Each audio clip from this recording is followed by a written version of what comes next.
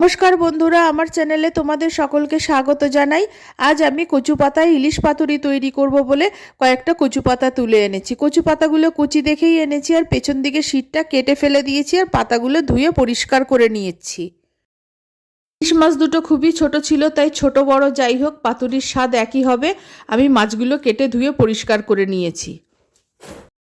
মাছ অনুযায়ী আমি 2 চামচ কালো সর্ষে নিয়েছি, 2 চামচ পোস্ত নিয়েছি, আর হাফ চামচ জিরে নিয়েছি। এই সব মশলাগুলো আমি একটা মিক্সিং জারে নিয়ে নিচ্ছি। সর্ষে পোস্তটা গ্রাইন্ডারে নিয়ে নিচ্ছি, আর গ্রাইন্ডারে একটু আগে ডাল বেটেছিলাম, তাই একটু ডাল লেগে রয়েছে। কাঁচা লঙ্কা দিয়ে দিলাম, সঙ্গে 2 চামচ সাদা তিল আর আন্দাজ মতো নুন দিয়ে দিলাম। নুনটা একবারেই আন্দাজ করে দিতে হবে। চামচ জল দিয়ে সব মশলা খুব মিহি করে পেস্ট করে নিয়েছি। পেস্টটাকে একটা পাত্রে ঢেলে নিচ্ছি। অল্প সামান্য একটু হলুদ আর কিছুটা কাঁচা সর্ষের তেল দিয়ে মশলাটাকে খুব ভালো মতো একবার মেখে নেব। পাতুরির মশলা রেডি হয়ে গেছে। একটা পাতুরির জন্য 2টো করে কচু পাতা নিয়েছি। একটা পাতা লম্বাভাবে দিয়ে তার উপর আরেকটা পাতা কিভাবে দিচ্ছি সেটা তোমাদের দেখিয়ে দিচ্ছি। একটা করে মাছের টুকরো নেব, নিয়ে মাছটার গায়ে মশলাটা ভালো করে মাখিয়ে নেব। সর্ষে পোস্ত মাখানো মাছটা পাতার মাঝখানে ঠিক এইভাবে রাখলাম। আরও একটু সর্ষে পোস্ত বাটা মাছটার উপর দিয়ে দেব। আরও একটু সর্ষে পোস্ত দিয়ে দেওয়ার পর একটা গোটা কাঁচা লঙ্কা দিয়ে দিলাম। কাঁচা লঙ্কা দেওয়ার পরে এবার পাতাটাকে মুড়ে নিচ্ছি। তোমরা আবার হাতটাকে লক্ষ্য করলেই বুঝতে পারবে আমি পাতাটাকে কিভাবে মুড়ছি। প্রথমে ওপরের দিকে, তারপর নিচের দিকে, তারপর দুপাশে মুড়ে দিলাম। মুড়ে এবার পাতাটাকে চারদিক দিয়ে সুতো দিয়ে ভালো করে বেঁধে দেব। বাঁধাটা আমি তোমাদের দেখাতে পারছি না, এই সময় বাড়িতে কেউ নেই ভিডিও করে দেওয়ার জন্য, তাই আমাকে একা হাতেই বাঁধতে হবে। আমি ফোনটা অফ করে আগে পাতাটা বেঁধে নেব, তারপর আবার ফিরে আসছি।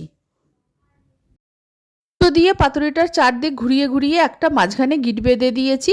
এই পাতুরিটা রান্না করার সময় কোনোভাবেই বাঁধনটা খুলবে না। পরিবেশন করার সময় সুতোটাকে ছিঁড়ে দিতে হবে বা কেটে দিতে হবে। আমি এইভাবে সবকটা পাতুরি তৈরি করে নিচ্ছি। সব পাতুরিগুলো তৈরি করে নিয়েছি। প্যানে সর্ষের তেল গরম করে নিয়েছি, তারপর ফ্লেমটাকে লো করে দিয়েছি। এবার সব পাতুরিগুলো প্যানের মধ্যে সাজিয়ে দিচ্ছি।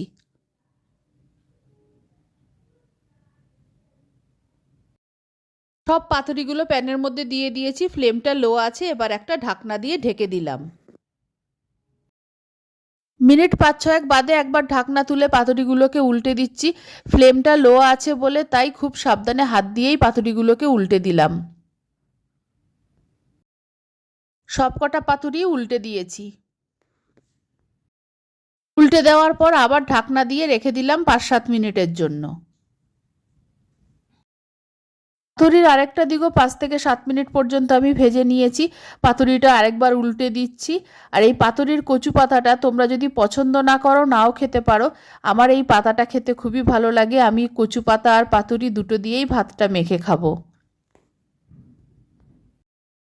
পাতুরিগুলো পুরো তৈরি হয়ে গেছে, আমি নামিয়ে নিচ্ছি। গরম গরম ভাতের সঙ্গে পরিবেশন করার জন্য তৈরি হয়ে গেছে কচু পাতা ইলিশ পাতুরি। আর আমার মতো তোমরা কে এই পাতুরির কচু পাতা খেতে ভালোবাসো অবশ্যই আমাকে কমেন্ট করে জানিও। আমার এই রেসিপি ভালো লাগলে অবশ্যই আমার চ্যানেলকে সাবস্ক্রাইব করো, লাইক করো, শেয়ার করো, আমার পাশে থেকো। আর আমার নতুন পুরনো সকল বন্ধুদের আন্তরিক ধন্যবাদ ও ভালোবাসা জানিয়ে আমি আমার ভিডিও শেষ করছি। ধন্যবাদ।